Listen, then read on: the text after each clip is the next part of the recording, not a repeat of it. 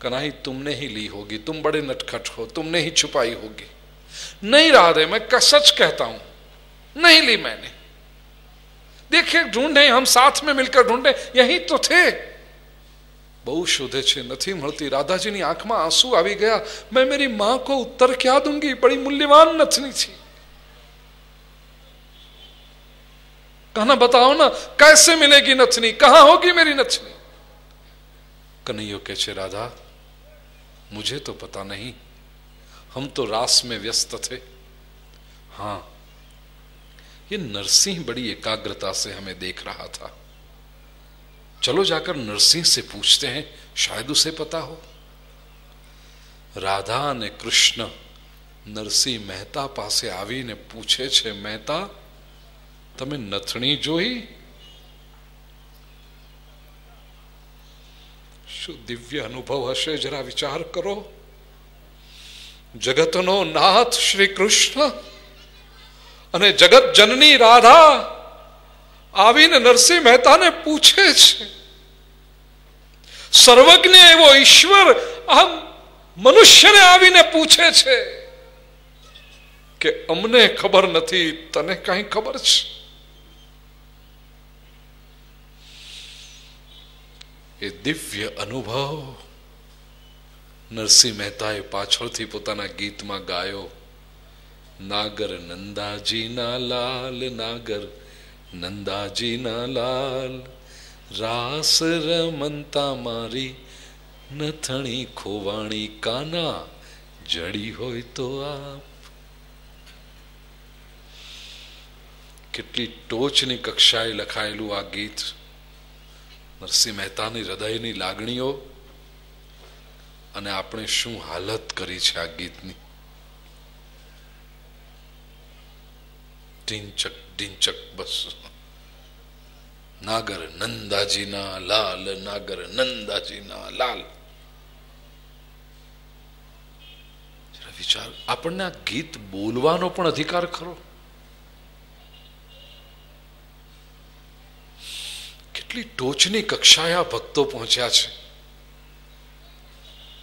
અને એમના હૃદયની લાગણીઓ।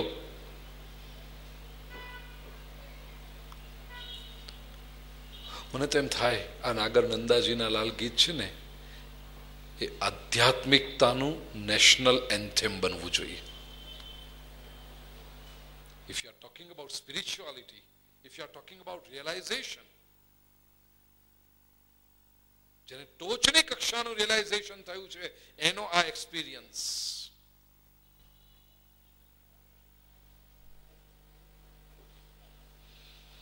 અને નેશનલ ફ્લેગનું જે ઇન્સલ્ટ કરે કે નેશનલ એન્થેમનું જે પ્રોટોકોલ ન જાળવે એને કેવી સજા થાય, આવા આવા ગીતોનો જે દુરુપયોગ કરે, એબ્યુઝ કરે ને, it should be a punishable crime.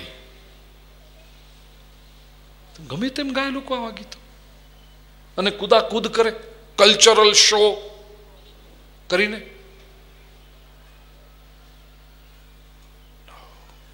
એની સેન્ક્ટિટી જળવાવી જોઈએ। ટોચનો અનુભવ ઈશ્વર સાથેની લીલાનો ભાગ બનીએ છે। મારો કહેવાનો આશય, વી કેન સી ગોડ।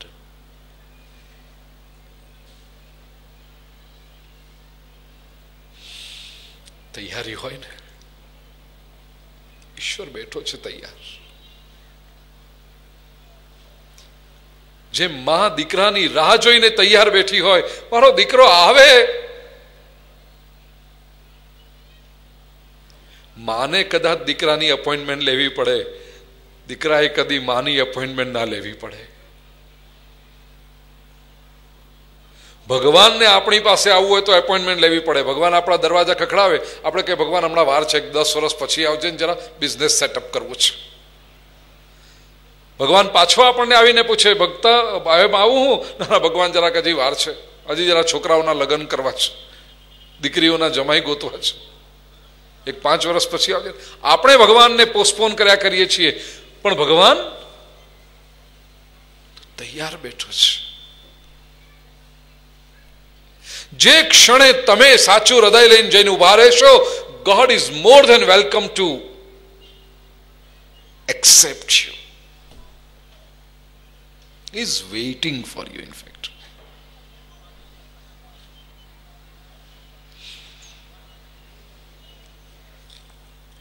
એક બીજી વસ્તુ સમજી લેજો. રાસ વખતે શ્રી કૃષ્ણ પુરુષ નથી અને ગોપીઓ સ્ત્રીઓ નથી. Raas is not a dance between a man and a woman. Raas એ અશરીરી પ્રેમ છે. It is an occult love. ઉલટું જ્યાં સુધી પુરુષ અને સ્ત્રીનો ભાવ હોય ત્યાં સુધી રાસનો અનુભવ થતો જ નથી. ફિલોસોફીની ટર્મિનોલોજીનો ઉપયોગ કરીને કહું તો જ્યાં સુધી દેહાધ્યાસ છૂટતો નથી ત્યાં સુધી રાસનો અનુભવ થતો નથી. દેહાધ્યાસ એટલે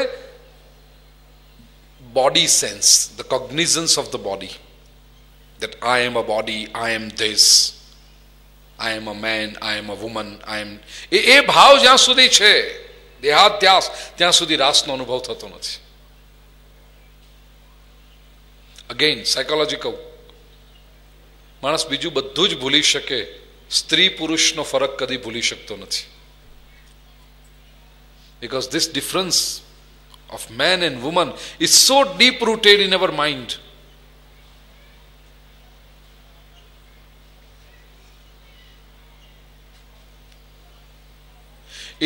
માં તમે કંપાલા આવ્યા પાછા,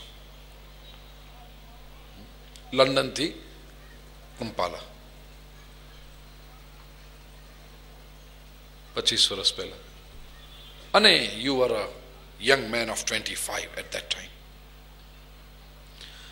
લંડન થી કંપાલાની ફ્લાઇટમાં કોઈક તમારી બાજુમાં હતું. કેટલા કલાકની ફ્લાઇટ હશે એ વખતે 25 વર્ષ પહેલા?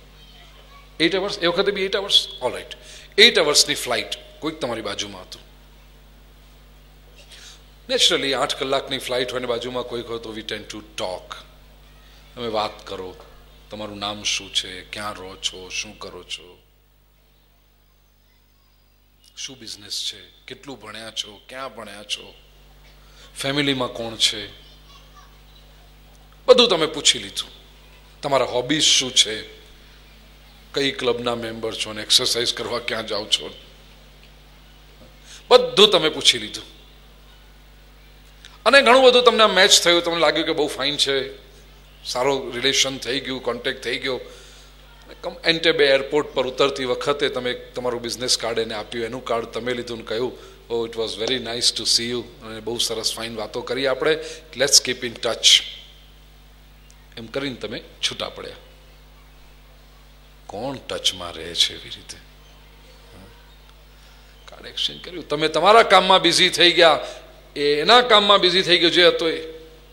25 વર્ષ વીતી ગયા.